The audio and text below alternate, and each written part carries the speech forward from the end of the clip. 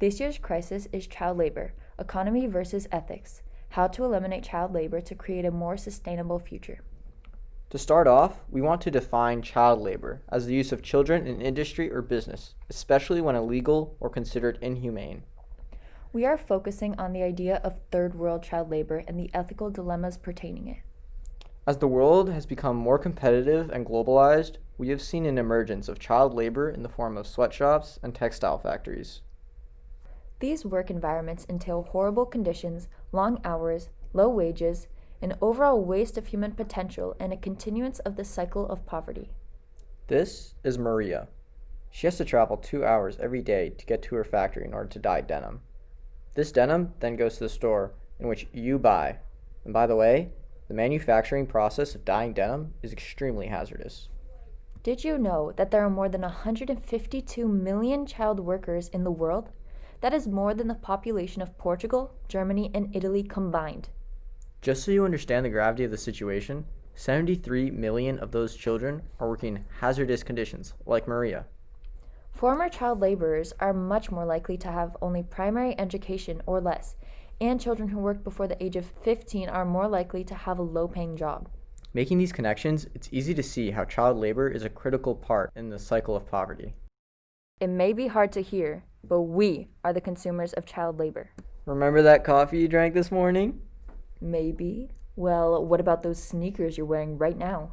Hey, don't think I didn't see you eating that Hershey bar. We don't like to think of it, but a lot of things we consume and use in our daily lives comes from the toil of child labor. Okay, so why don't we just get rid of it altogether? Wait, hold up. It's not as simple as it seems. Child labor provides children and families with an additional option. Many people don't think of it as a choice, but the large majority of instances in child labor are not forced. Taking away child labor may be taking away a child's best option. Wait, you're right.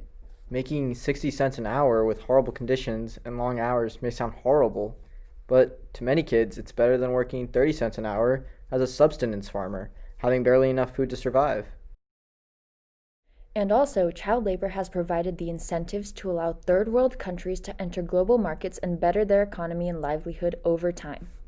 Basically, because of these extremely low wages, international industries, like the textile industry, have utilized lower manufacturing costs, boosting third world countries' economies.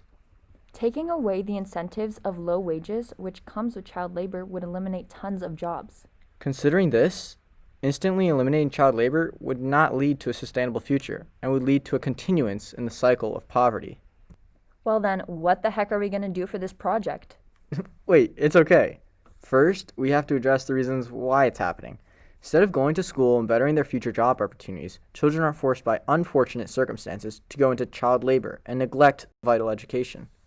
I'm starting to see how this is a cycle. Remember Maria? The reason why she was stuck in child labor was because her parents weren't able to complete their education. In the future, Maria's children will most likely face the same issue and end up in child labor as well. In order to break this cycle, we need to address the issues hindering their success and keeping them in poverty, such as hunger, education, gender inequalities, health and safety, and more. Addressing these issues will provide children with better alternatives in the future, allowing them to make more than just the living wage. Living wage? Yes, living wage is the amount needed for an individual to maintain a certain quality of living in a given economy. In many circumstances, children are going into child labor because their families are not making the living wage. Yes, the ultimate goal is to eliminate child labor and create a more sustainable future, with families being provided with the opportunities to earn more than just a living wage through education. This issue may seem all doom and gloom, but there is a bright side. Countries like Vietnam, China, and Indonesia have progressed greatly in the last couple of decades because their role in international markets have been able to improve their economies. Improved economies often means that people are provided with more opportunities, but we are still far away from eliminating child labor and creating a more sustainable future. Organizations like Build On, Rise Against Hunger, and Bread for the World work to address child labor in a sustainable way. Rise Against Hunger is an organization that monitors international developing communities and ensures meals are distributed and used as a tool to change lives by promoting education, improving students' health and nutrition, stimulating economic growth, and fighting child labor.